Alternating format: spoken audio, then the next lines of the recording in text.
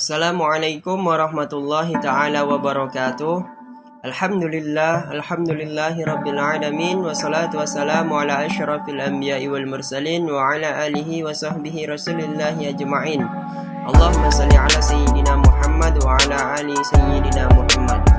Baiklah, sebelumnya perkenalkan, nama saya Imam Khairi selaku moderator dari kelompok 6 yang beranggotakan Audina Erlisa Sitorus, Aprilia Nur Cahyati, Widasa Putri Nazara, dan saya sendiri Imam Khairi. Baiklah, sebelumnya kami berterima kasih kepada Ibu Putri Nuraini selaku dosen pengampu pada mata kuliah Fikih Muamalah 2. Baiklah, langsung saja di sini kami akan mempresentasikan hasil diskusi kami yang berjudul Wakalah, yang akan dibacakan oleh rekan-rekan saya. Kepada rekan-rekan saya persilahkan. Pengertian wakalah. Wakalah secara etimologi yang berarti al-hif, pemeliharaan, al-tafwid, penyerahan, pendeklarasian, atau pemberian mandat.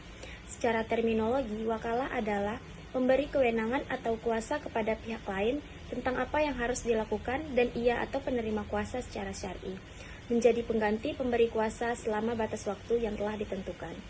Selanjutnya ada dasar hukum wakalah. Dasar hukum wakalah adalah firman Allah Subhanahu wa taala, antara lain terdapat dalam Quran surah Al-Kahfi ayat 18. Selanjutnya di dalam hadis Rasulullah sallallahu alaihi wasallam. Saya akan melanjutkan materi selanjutnya, yaitu rukun wakalah.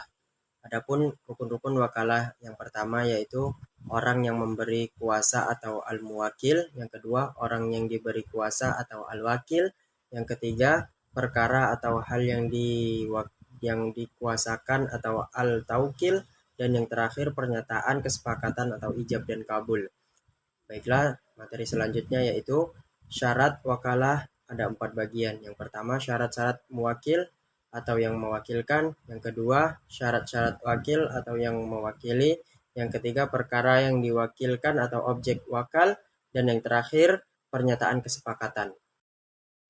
Wakalah dalam konteks syariah. Wakalah dalam konteks perbankan syariah ialah suatu instrumen penting dalam perbankan syariah yang digunakan untuk mengelola dana nasabah. Dalam konteks perbankan syariah, wakalah dapat diartikan sebagai perjanjian antara nasabah mandator dengan bank mandatori untuk mengelola dana nasabah dengan prinsip kehati-hatian dan keadilan.